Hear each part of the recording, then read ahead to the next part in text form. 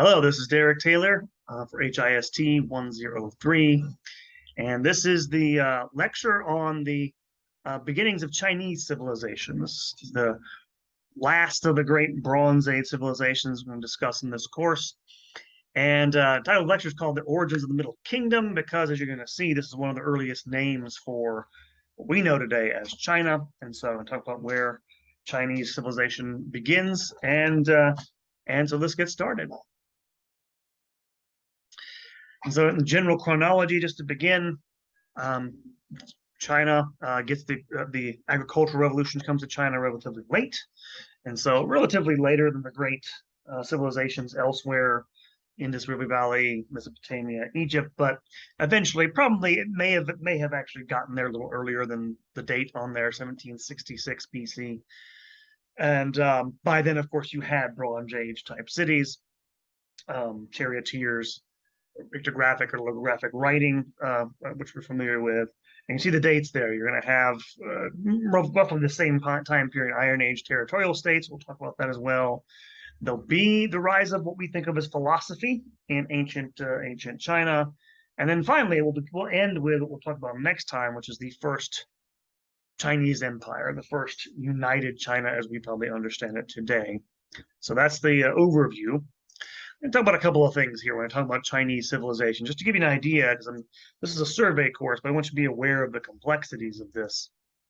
And one of the things, and I mentioned a little bit of this with ancient India, is that our English word for China, again, doesn't really derive from Chinese. It derives from Sanskrit. It's an ancient word, ancient Indian language, in which was used to refer to China, what we think of as the territory of China today, the nation state of China, the People's Republic of China today. And in fact, until modern times, and I believe this is Mandarin Chinese I'm talking about here, there's more than one version of Chinese. Till modern times, Chinese had no word for China. And again, this is to get you in, it's kind of, we want to emphasize here and the continuity and the great antiquity of what we think of as Chinese civilization, but is not unchanging. In fact, ancient Chinese often referred to themselves by what dynasty they were in. And this happened in other cultures as well. And so it's not as if it's a necessarily, set in stone identity they have. And I will come to this more in a moment, but one of the reasons for this. I'm going to try to, but from an early period, you do have, from the very earliest records we seem to have of this civilization, they use a term, which I believe I'm going to butcher here, but wasia, which connotates something like civilization in contrast to barbarism. Again, kind of like an Indus civilization, kind of like an early Greece. So they have a sense of themselves as being a unified culture very early. It's just not quite maybe as simple as later iterations of this would have you believe to a certain degree. And I'm mentioning this because one of the early names that they do use in China is, I'm going to butcher this again, Zhonghua. And Zhonghua means Middle Kingdom or Middle Countries. As you're going to see, in terms of geography, this kind of refers to the center of we think of being parts of Asia today. So that's the reason why you have this idea of the Middle Kingdom, as you're going to see in the maps I'll show you. Today, you actually do have something like a word for China, which is a combination of those two terms, Wasia and Zhonghua, which means Zhonghua, which means something like China today. And so, again, I mentioned this because one of the things that, again, from a later period, we'll get into a later dynasty, the Han Dynasty. You're going to have I think sometimes people use the word Chinese as synonymous with the Han ethnic group. There's also Han Chinese, and in fact, China has always had several different ethnic groups within its. We think of it today as borders. One of the reasons I'm mentioning this is because, of course, today in People's Republic of China, they are undergoing a process of what they call Sinicization, which means basically Mandarin Chinese and Han ethnic domination of other minorities. So just to emphasize the fact that again, I'm bringing a broad overview, so I'm going to brush over some of this just to know it's not necessarily an unchanging thing, the identity of China, even though it is very long lived. You probably know that if you know anything about China. is a very ancient civilization with a very, very sophisticated from an early period legacy for the world. So first, let's talk about the earliest Chinese dynasties. And like a lot of civilizations, its earliest dynasties are somewhat shrouded in legend, kind of like the earliest king lists in Mesopotamia and Sumer. You had traditionally there were three dynasties, supposedly, according to Chinese traditional history. But as mentioned before, the agricultural revolution hits around 4000 BC, and you're going to have in the Yangtze River Basin, which is in the south, rice-dominant agriculture in the south. The south is going to be different. In fact, you're going to see. We'll talk about this here from in a broad perspective. There's actually it's more complex than that, but broadly speaking, China is divided between north and south. The Yellow River Basin in the north, and as you see the Yangtze River in the south. And you're going to have differences, even from an early period in its history, in terms of things like pottery designs, language, things of this nature. And so you're going to have this dichotomy. People's, for example, in the South, Yangtze River speak a language which is probably related, more closely related originally to peoples in Southeast Asia than modern Chinese. People in the North probably originally in the earliest iteration spoke something that's an ancestor of modern Chinese. And so again, like all these other civilizations, geography is very important for those reasons. And one thing that's notable about China relative to the rest of the powers we've talked about in Eurasia or Indo-Europe in this first section of the course, China is relatively isolated from the rest of Eurasia. Doesn't have much contact. In fact, this is something that I say it's kind of a theme with ancient China, but they tend to see themselves as being kind of separate and somewhat superior, obviously. But they are definitely kind of isolated from other civilizations to a degree. This will change much later on, or later on, I should say. But early on, it seems to be different in being just a little bit isolated from other great civilizations. And here you can see, this is just a topographical map of China. You ignore the modern capital there, but you can kind of see what we're talking about here. Up the Yellow River in the north, into what would be Manchuria. You'll see the north, of course, you have Mongolia, you go to the desert. In the west, you have the plateau of Tibet and the Himalayan mountains. Here you have the south, the Yangtze River, and you go down far enough here, you have to southern parts of Asia. And this is what would be modern day Vietnam. But this is right here, basically, where as you're going to see, where Chinese civilization, as we understand it, kind of emerges. So in that region there, again, not similar to a certain degree, you got two great rivers like the Tigris and the Euphrates, but a much bigger, as you see, territory. In the first dynasty, first of the so-called three dynasties of early China, it's called the Xia dynasty. And this is one of these dynasties that for a long time, ancient tradition held there was a Xia dynasty, which there are plenty of legends about that go back, supposedly, back to around this time frame. And a lot of these stories, of course, were recorded way after they're supposed to happen. So for a lot of modern history in the 20th century, Chinese scholars thought this stuff was legendary. Again, after the Chinese Communist Revolution, there was a skepticism toward the antiquity of China going back this far in terms of the culture. There have, however, been in the 20th century several finds, and in particular, we'll talk about them in a second, archaeological finds, particularly the so-called oracle bones, which are associated with the second dynasty here. But in general, modern archaeology has tended to support traditional Chinese accounts of its own antiquity. In fact, one of these archaeological sites in China is called Erlitou. It's referred to as the Erlitou culture. Seems to be something like the archaeological equivalent to what traditional sources call the Xia dynasty. Again, it has evidence of things like palaces, using bronze vessels for ritual purposes and things of this nature.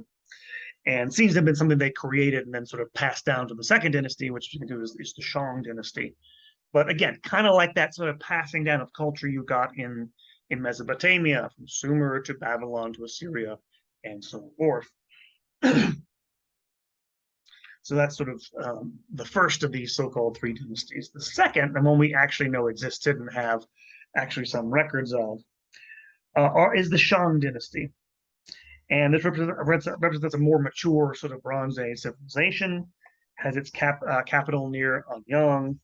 Again, seems to be a sort of relatively large early territorial state, in contrast to the city-states in Mesopotamia. And the Shang kings, the Shang ruler of the Shang, seems to have been the only leader in the whole area of China in this early period that took the title of what we call king, or Shang, or Wang in the Chinese. But it's probably not anything like a sort of big bureaucratic government. It's probably, more like a sort of, feudal monarchy where there's not a lot of actual bureaucracy and things of this nature. And the Shang dynasty, the Shang society, seems to have been organized along the lines of patrilineal descent and seniority. And you're going to have in this polity something very unique, and this is something that people have found lots of these things. They're called oracle bones, and they are bones that were used for what they sound like, divination. The vehicle through which you could ask questions of spirits. The kings of the Shang seem to have been something like, I don't know, not quasi-divine, but seem to be intermediaries between their peoples and the spirit world. And so they occupy a kind of unique place in Chinese history because virtually no other dynasty will make those sorts of claims going forth. So it has almost a sort of theocratic or theological backdrop for the earliest kings of China. And they build, as we'll talk about here a little bit, very elaborate burial tombs for kings. And again, it's kind of interesting. There's a parallel here again with Minoan Greece or the Indus Valley civilization, because you're going to see in a little bit, we'll talk about this, the Shang dynasty is basically forgotten until much later on. The historical existence is basically sort of wiped out after a time. One other thing to note about it is that even from the earliest period, you begin to have writing like you have in Egypt and Sumer, logographic writing. So there's similarities there. Again, around roughly the same time period. And this is one of these so-called oracle bones. You can kind of see, the markings on it, the early Chinese language there, and what they're used for. And these, by the way, would have been the oracle bones would have been something unique to the kings themselves. The only people allowed to do this would have been the kings. So yeah, and so what happened, by the way, when they do this is they would apply heat to these pieces of bone until they would crack, and the shape of the crack was interpreted as an answer to the spirits. And so you have these famous inscriptions, and these are the earliest known examples of Chinese writing, if I didn't make that clear. And by the way, if you're in Liberty, Missouri, you're close enough. They actually have examples of this at the Nelson Atkins Museum of Art in Kansas City, Missouri, if you want to see some of these in person. So take a field trip down there and see some of the oracle bones they have on display. Here you can just kind of see just a progression of the Chinese writing system as it goes. Shang, roughly 1400. Again, it's the same time frame, again, as the great empires in the Near East. And then the Zhou dynasty, we'll come to them in a second. Very important. And you see how it goes, again, the type of writing system they have. Here you just have a few words you can get from these pictographic symbols. Sun, moon, woman, mouth, tree, plus moon equals bright, mouth plus bird equals chirp, woman plus child equals good. Having children is good in ancient Chinese civilization. Tree plus sun equals east. Interesting. And then a few more. Again, you get the idea here, essentially. Just to give you an image of what it looks like, the early Chinese language. And here is a map of the early Shang dynasty, where it would have probably been located. Again, you can kind of see it goes north of what would be the Yellow River and is just north of the Yangtze. So it's again a small area in the very eastern part of what we today know as China. So this brings us to the second of these great dynasties, and this is the one we're going to talk about. And we'll end with these essentially. And this is the Zhou dynasty. There's actually a couple of them. You can call them one. There's two separate ones in the east and west. They are the ones who will topple the Shang dynasty, and they will create in some ways a lot of what we think of as, the foundations of classical Chinese civilization. As you're going to see in the next section of the course, I'm going to talk about, classical eras of each of these civilizations, a little bit of a Western imposition. That's kind of a Western thing. We talk about the classical, Greek and Roman antiquity or something like this, but I think it's justifiable. You do have patterns in, early Indian and then Egyptian and Chinese civilization that do set long-lived patterns. But the Zhou dynasty is going to be the first one, as you're going to see, to basically call themselves emperors, to use that term, which I don't have here in front of me, actual name they use. But these Western Zhou are peoples from Westerns, as it kind of indicates. And they come from the west of the core Shang territory. They're politically independent. For a while before they conquer the Shang, the Zhou are actually vassals of the Shang dynasty, and there's all these really neat legends they have. These Zhou legends about. And by the way, any word in Chinese that's pronounced with ZH apparently is pronounced with a J. So I'm not, just give an idea of how you pronounce these things. But they came from a plain in the western part, and I'll show you the map in a second, west of where the Shang were located.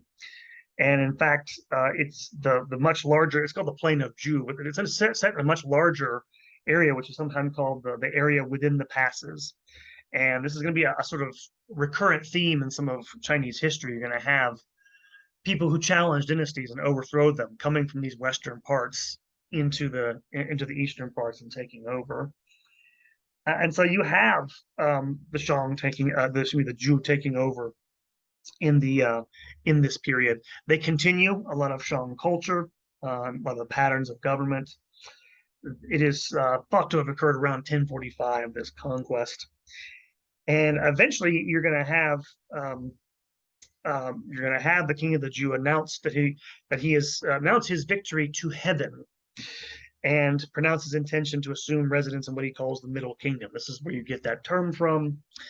You have actually cities of, that's actually wrong there. It should be the Shang dynasty for that third thing on the slide there. And so you have the Zhou taking over, and again extending their cultural patterns, and you're going to have, especially in the Zhou dynasty, they're going to introduce a concept that's, of course, still kind of operative today in Chinese political thought, which is the idea of the mandate of heaven.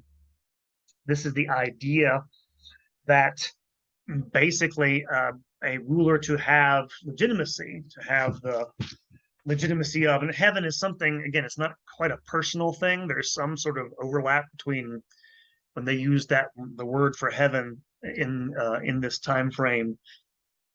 Again, there's probably some corollary with the sort of sky gods of the other Indo-European religions, Indus River Valley civilization, the Greeks.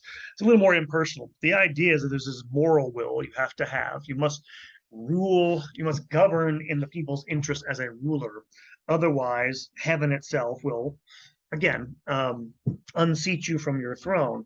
And this, of course, is partly a justification for them taking over for the Shang. It was almost certainly also a means of winning over former Shang supporters. Heaven is the supreme deity in Zhou religious terminology, and the Zhou kings claim to be the sons of heaven and to rule all under heaven. Jiangxia, I think is how they pronounce this. So this veneration of heaven becomes a source of royal legitimacy, and becomes this sort of abstract metaphysical force. And the concept of the mandate of heaven becomes sort of like, again, something inherited part of Chinese political thinking. So much so that today, there's actually a term in Chinese, and I'm pronouncing this, geming, which is the literal Chinese language translation of our modern Western term revolution, which just means change of mandate. So it's the Zhu that introduced this concept into Chinese thought. However, the Western Zhu did not last, as you see on the map there. I should go back for a second. The Western Zhu did not last. It is thought that they did not have, again, kind of like the Shang, they did not have an intensely governed state. Wasn't like, say, Egypt, that had a big bureaucracy. It was he had fairly loose control over the people who governed different parts of the territory, the kings of Zhu. And in 771, the Zhu capital in the west is sacked by foreign forces, and it's going to be shifted, the capital, east to Luoyang, which inaugurates the so-called Eastern Zhu period, as you're going to see. And so the real power of the Zhu kings was increasingly overshadowed as you go through this period by the rise of regional territorial states. And in fact, one of the things going to happen in these territorial states is that they do actually begin to create more intensely governed states. Populations grow, again, they cultivate better agricultural lands better.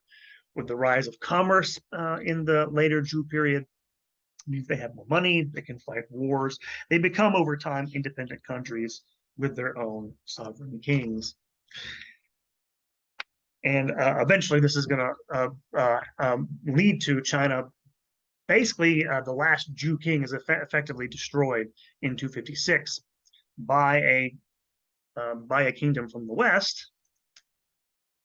I already mentioned the sort of eastern capital. But even from the earlier period before 256, what's going to happen is all this warfare is going to lead to, again, conflict, breakdown of this. It's called the Warring States period. This is important to emphasize because it's in this period that you're going to get the emergence of a lot of what we think as traditional Chinese thought. I mentioned the whole concept of the mandate of heaven, the fact that political legitimacy teams to turn on moral or ethical questions. A lot of these ideas are going to get codified in the period we're talking about here during the Warring States period, when, of course, all that earlier unity is gone. And so, again, there's a direct correlation you're going to see here between the breakdown of the earlier unity of the Shang dynasty and the Zhu dynasty. And in this period, this is, again, similar to some of the things you've already learned, and we'll talk about this next time in our lecture on the Oxtail Age. But this is just boundary line of various states when you get into the Warring States period. But we can see where the Zhu expanded territory, again, north of the Yellow River, and then south down toward the Yangtze. So you have this expansion under the Zhu. Then it's collapsed, and then it's break up into all these different states. In particular, one state to the west, again, coming from the west, is the Qin. And it is the Qin dynasty from Wei River in northwest China. Like the Zhu a millennium earlier, they're going to come in from the west, and they're going to begin to conquer. They control a lot of rich agricultural regions. They dominate these trade routes. They're going to start conquering the various states of these independent states in China and gobble them up until when their king named Ying Zhen comes to the throne at age 13. Eventually, he's the one who sort of expands the dynasty of the Qin, and eventually in 221 BC will conquer all of what had been China, all of the Middle Kingdom, and he would be the first one to take the name of emperor, and again, begin what we think was the first Chinese empire. He'll further expand Chinese territory north, as you're going to see. He's going to fight people called the Xiongnu, who were in the northern parts of the Asian continent. Again, towards what you think of as Mongolia. It'll be another sort of another people who are outside beyond the borders of China, who they'll actually have a lot of conflict with in the coming centuries. But ends up with this new empire, which we'll talk about next time. But that's the earliest part of Chinese history. And again, it's kind of this sort of there's a similarity here. You go back to again Indian civilization, where you have Indus River Valley civilization. It disappears. The Vedic peoples come in and they create these classical texts, the Rig Veda, the Vedic hymns, later on the Upanishads. This becomes part and parcel of Indian tradition. Similar with the early Greeks, you have the Minoan civilization is very sophisticated. It disappears. The Mycenaeans build another one. They're warlike peoples. They fight wars. They collapse. And they leave behind the sort of origins of Greek civilization in the oral traditions of the Homeric era. And similar pattern kind of happens here with what we're calling the Chinese philosophical tradition, because in that period from about 500, again the period of the Warring States period, you're going to have the emergence of some of the great thinkers in the Chinese tradition. You get the dates there again, the dates for the life of Confucius. Get to him in a moment. Mencius, and then Lao Tzu, who another thinker, and we'll also talk about legalism in a second, which is another sort of philosophical movement in ancient China. Now, one of the things we need to talk about here is that sometimes you have this, pretty much all, well, first of all, pretty much all the classical works in Chinese literature, or most of them, are actually created during the Zhou period. And you'll have a lot of different ideas come about, various different political and practical ideas, sometimes referred to as the 100 schools of thought. And it's a little bit misleading. It's not as if this isn't like Platonists or something like that, or Aristotelians. It's not like a formal schools. There are just a bunch of ideas that get into circulation in early Chinese thinking. For the most part, they're pretty eclectic. They'll mix up a lot of different things. The three we're going to talk about here, and we'll get those in kind, are Confucianism. I mentioned Confucius himself, Taoism, and then legalism. And one thing to note about all this is, again, it's kind of hard to think about it. Again, in modern terms, it's not really separate. Chinese philosophy is from what we think of as religion. Again, there's this kind of this sensibility, and you see it in someone like Confucius. If you've ever read his Analects, we'll get to the Analects in a second. There's supposed to be a sort of harmony between heaven and earth, and the actions of the good man and the actions of the universe. It's again a little bit like sort of the mention that, I think I'm butchering a word again, the cosmic idea of order, which you find in Indian thought, Rita, a ritual order of the universe. And there's something like that in Chinese philosophy. And again, they appeal to the concept of heaven a lot. So again, it's kind of hard to, if it seems like it's not philosophical because of that reason, don't let that stand in the way. It is philosophical in its own sense. It's just not, they don't have a lot of the same distinctions you would have, again, in a Judeo-Christian Western civilization. Things like, for example, like a major distinction within like Christianity is eternity versus time, right? It's a huge distinction, right? You can't have Christian belief unless you believe an eternal God came into time and took on human form, right? But there's really no such distinction within Chinese philosophy. And so, again, it's one of these, dichotomies I don't think applies in some ways to early Chinese thought. Now, so let's talk about Confucius. Again, Confucius, the Latinized form of his Chinese title, which was Kong Fuzi, or Kongzi for short, which means Master Kong. His proper name was Kong Chu, and he was born in the northeastern state of Liu. In his own lifetime, he's kind of an obscure figure. We think He was a teacher of some sort, obviously, went around teaching people, and probably from the lower nobility, probably not. He's not somebody from the lower orders or anything like this, not like Socrates would be later on in Greece. And most of what we know about him comes via the work called the Analects, which is from a single collection of conversations that were compiled by his followers after his death. And again, you can kind of see, if you know anything about ancient Greece, this is kind of what happened with the philosopher Socrates in ancient Greece. In any case, his main message is one of leadership by moral example. He thought that any sort of attempt to govern people through regulations and punishments would only encourage people to sort of break the laws. They'd find clever ways to evade that stuff.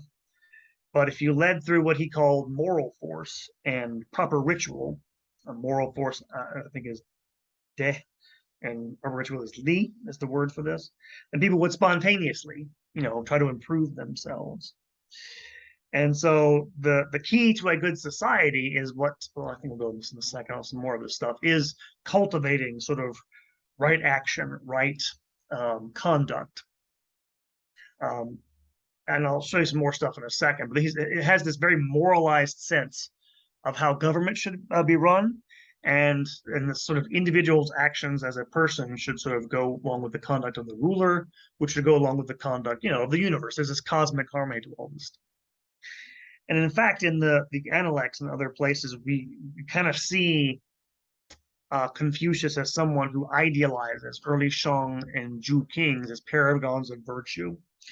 And so he's passing down what he thinks of as examples, or stories about earlier kings who were noble and upright, and trying to put that in context and in contrast with what was going on, of course, in the 5th century, which was, of course, the Warring States period, where everybody's fighting like cats and dogs in China.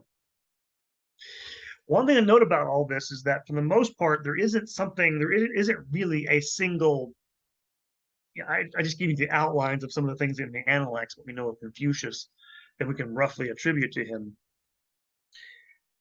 There's not really one single Confucian system that comes out of this period. There are a lot of classical texts that sort of refer back to him, to teachings that are associated with him, and that form what are sometimes called the classics, or the Confucian classics, that form the basis for education in China, formal education for millennia, basically. I won't go through all of these. I'll mention the first 5. There's 5 originally, 5 core classics that don't get written down and canonized to the late 2nd century BC. So it's a much later period after he's long passed. But one of them you'll read in the course, called the Book of, or excerpts from it. It's the Book of Documents. It's a collection of other documents attributed to figures from antiquity. More about that anon. The Book of Odes, which is a collection of songs or poems, as it indicates. Then the Book of Changes, which is a handbook of divination. Another one called The Rites, which is supposed to be about 3 separate books about different matters, but also about some sort of ritual texts as well. And then finally, there's an extremely short history called the Spring and the Autumn Annals, which is supposed to be about Confucius's home state of Lu. And again, it was traditionally thought that he compiled this history himself. My point about all this is that all of this gives this sort of, idealized portrait of the early kings of Chinese tradition. Sage kings, right? The wise kings. And so this spreads together with, Chinese culture as you go down through the centuries. And so it comes out of this. So you have, again, this is the reason why I use the word classical and refer to some of these. It's not unlike processes already taken place in other cultures around the world in the same time frame. This is just an image from a much later period. I don't know what, I think it's the Song dynasty. I don't have it in front of me. Of what, this is Confucius the sage, right? This is kind of part and parcel of the Chinese ideal of, the great thinker here. And one of the things he talks about a lot, does Confucius in the Analects and some of his other work, things that are attributed to him, I should say, is an emphasis on humanness or humanity, and especially filial piety. these are some of the things, ritual, something that was already, part and parcel of Chinese civilization. What he talks about is he sort of puts all this in the context of a larger harmony, right? All these relationships, family, ruler, subject, father, son, husband, wife, older brother, younger brother, etc., etc. Everyone has to fulfill their duties, whatever their state is in life, for there to be harmony in the state, right? This will leave, again, and the thing he emphasizes, the ideal he emphasizes, what sometimes is called Junzi, and literally means the son of the ruler, but we usually translate it into English as the gentleman. The gentleman will will take care of things like filial piety. He will not fail to honor his parents. He will not fail to honor the state. He will not fail to honor heaven. He'll take care of ritual duties because he knows these things are part and parcel of being in harmony with himself, but also with his immediate circle of his family and the immediate duties, but also with the larger world. As Confucius says in the Analects quote, "Through mastering oneself and returning to ritual, one becomes humane." That kind of encapsulates the ideal of a Confucian thought. And interesting thing here, because on the one hand, you have this very, in certain ways, hierarchical notion of the world, like you always you cultivate piety to your parents and all these other sorts of things. These things can only be expressed through hierarchical relationships. On the other hand, there's a very prominent streak in Confucian thinking that could be called meritocratic. He tends to assume that anyone, again, if they work hard enough, cultivate themselves, they can potentially perfect themselves, or even herself. He actually says at one point, in quote, "In education, there should be no class distinctions." And so this meritocratic line in Confucian thinking is going to sort of come about, lead into later on in Chinese life, the very famous Chinese civil service examinations, where anybody could take it anywhere in the Chinese world and become, part of government.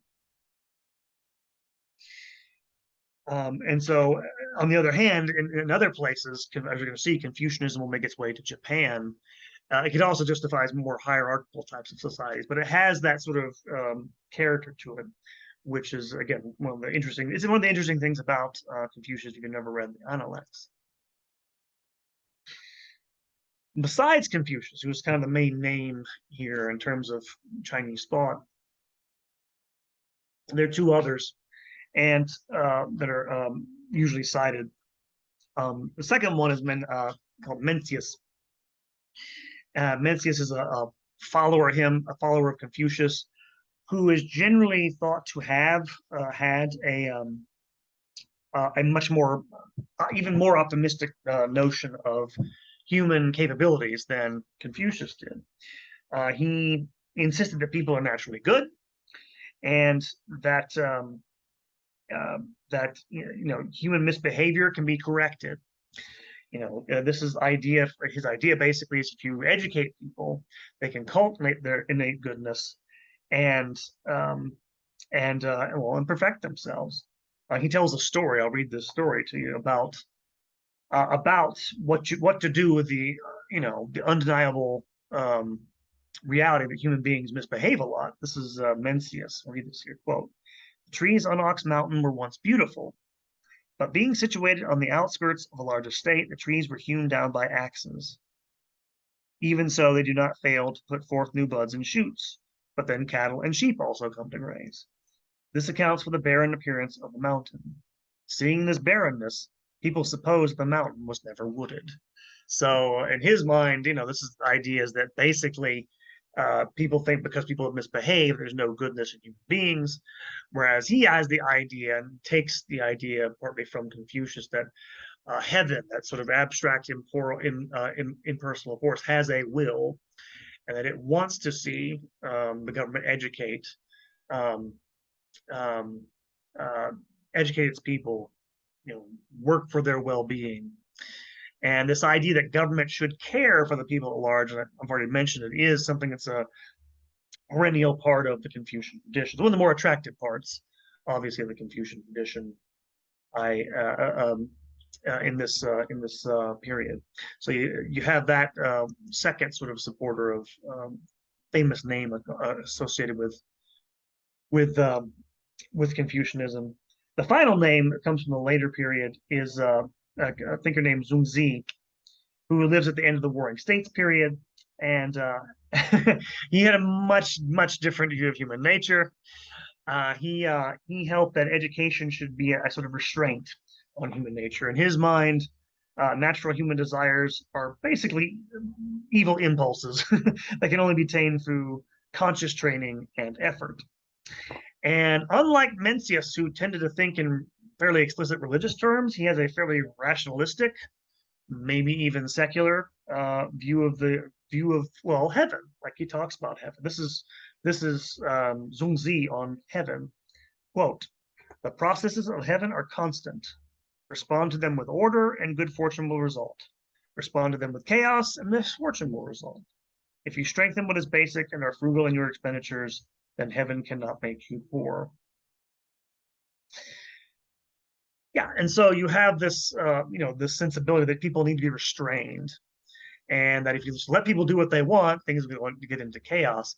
And he's going to have a major influence on, we'll get to this in a moment, a line of thinking in ancient China called legalism, which we'll do in a moment. So that's, in effect, the origins of the Confucian tradition. I've already mentioned some of this already, sort of went past it, but that's the basic outline of his thought, Zhuangzi. Now I have to come to Taoism, and Taoism's a little bit different. It has less influence than Confucianism, much less influence than Buddhism. That's associated with a couple of people. 4th century Lao Tzu, in the 3rd century Zhuangzi, and it has to do with the word. It's kind of hard to pin down in some ways, but it's a kind of eclectic and diffuse notion. The idea of the Tao is the way, or the Tao is the way, and it's, it can be used in different ways throughout East Asia. Will be around the centuries, in different sorts of ways, but basically there's a real sort of, eclecticism is the best way to describe Taoism. And it's probably regarded as it should be regarded as separate from, we'll get to this in a moment, the whole idea of dualism, yin yang dualism, which is sometimes associated with Taoism. It's a little bit different from that. There is a form of thought that you have here, which is also, it'll become, sort of emerge with a religious tradition that is also called, also associated with this beginning in the 2nd century of the Common Era. And so it's kind of, there's basically those two texts, those two classics of Taoist thought, Lao Tzu and Zhuangzi. And the way, which is the most important concept, is sort of an inexpressible thing. The famous opening line of Lao Tzu is, "The way that can be spoken of is not the constant way." The Tao is sort of it's almost hard to sort of, it's almost hard to describe it. It's sort of an impersonal thing. It sort of creates everything, it binds everything together. As I say those words, I'm nothing. You could kind of, if you're into Star Wars, a little bit like the Force. It's a little bit like the Force. Taoists tend to see this, I said it in personal terms. Human beings are less sort of central to this. It's very different, say, from the Confucian notion. It's beyond sort of, petty human considerations. Another example from Lao Tzu, he says, quote, "Heaven and earth are not humane, regarding all things as straw dogs." And so there's this really strange idea that sort of pops up in this, which is that there needs to be a return to simplicity in Taoism. There's this idea that, because our sort of desires get in the way, we have to return to a simplicity. and we have to learn to do without our desires. And we have to sort of learn how to not do things. This is what that phrase there means. If you've ever read this, and I have, and it's been a long time since I have read it, it's very strange. It's about sort of, if you want to think of it in these terms, if you've ever read self-help books that talk about, letting things go, or, controlling what you control, it's kind of like that to a certain degree.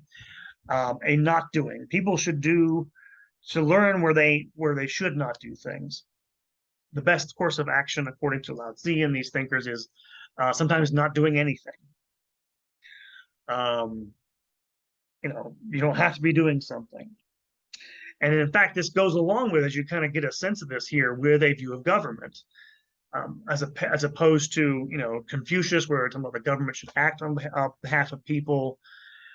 Taoists tend to see too much government as oppressive, even when it's good government. At one point, I can't remember, I'll have this in my notes, but in Lao Tzu, he mentions that where laws are multiplied, crimes become multiplied. In other words, too much law creates disorder. Too much action creates, inaction, vice versa. And so the whole point of this is to reverse things and go and not do. So wu wei, or not doing, is essential to Taoism. As I mentioned later on, it's going to be associated with a actual religion with rites and a priesthood and everything like this. Has some influence outside of China, mostly in Japan to a certain extent, a little bit in Korea. But you can kind of see again how that might be a reaction to the Warring States period. Say, hey, we're trying too hard. And so it's one of those reactions to that breakdown and chaos. This is just another, again, later image of supposed to be Lao Tzu, the great Chinese Taoist sage. And then finally, we come to legalism. And as the name implies, this is mostly, it's not a philosophy, I guess, in moral terms. It is mostly about government. And as you can kind of see, as it implies, legalism emphasizes legal techniques based on written law, clearly codified, severe, very severe, and impartial.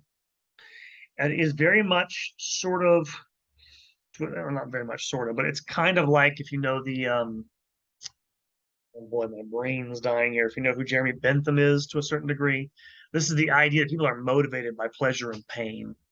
I guess hedonistic to a certain degree. People are motivated by immediate incentives.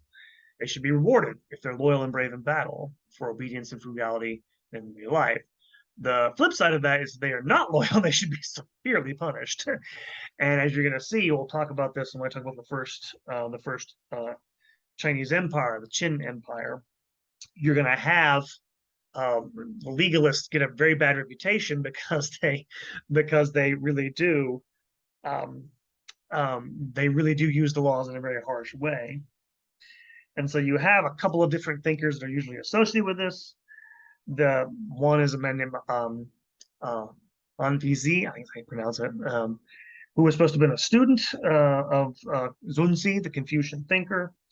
And but it actually develops less out of ideals than the actual practicalities of government in the Warring States period.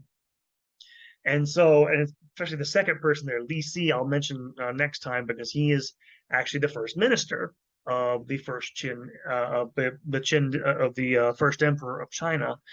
And again, they have a really bad historical reputation, which has somewhat been mitigated in the past 100 years or so. But for the most part, legalists get a really bad reputation. Why? Because they think peace requires a united country, and to unite the country, you need to bring the hammer down on people. And this is what will happen. As you're going to see, they do pass some laws that are pretty brutal. At least that's the reputation they get. It's not exactly clear how much more severe they were than other peoples at the time. Oops, go back. But the legalists will sort of get a reputation as being, for reasons that become apparent, in the later period in Chinese history. So that's the overview of early Chinese civilization down to about its unification. Just a couple of things about the readings for this week. And chapter four of sources of world societies. It's not too long. Generally has to do excerpts from all the people I just mentioned here. So, Book of Documents has a slight excerpt. Excerpts from the Analects of Confucius. You'll get some of his, his thoughts on piety and stuff like this from Lao Tzu, from the Tao Te Ching, the Taoist text. Excuse me, the Taoist text, the most famous Taoist text, and one from Hans Faes, the legalist theorist. So you're going to get examples of all these things I just mentioned in the early Chinese tradition. So this we could talk about, what's the relationship of these ideas to the context in which they grew up, to the rise and fall of kingdoms and empires in China. And that'll be kind of a good lead into next time when I talk about last lecture for this section of the course, the first civilizations. I have a lecture on what's called the Axial Age, which, as you're going to see, is kind of a theory about the growth of world religions in the late Bronze Age. So that's our lecture for this topic. You guys have a good week. Only one lecture, only one set of readings for this week, so shouldn't be too bad. I will be checking you guys in discussion. Have a great week, and we will be hearing from me soon. Take care.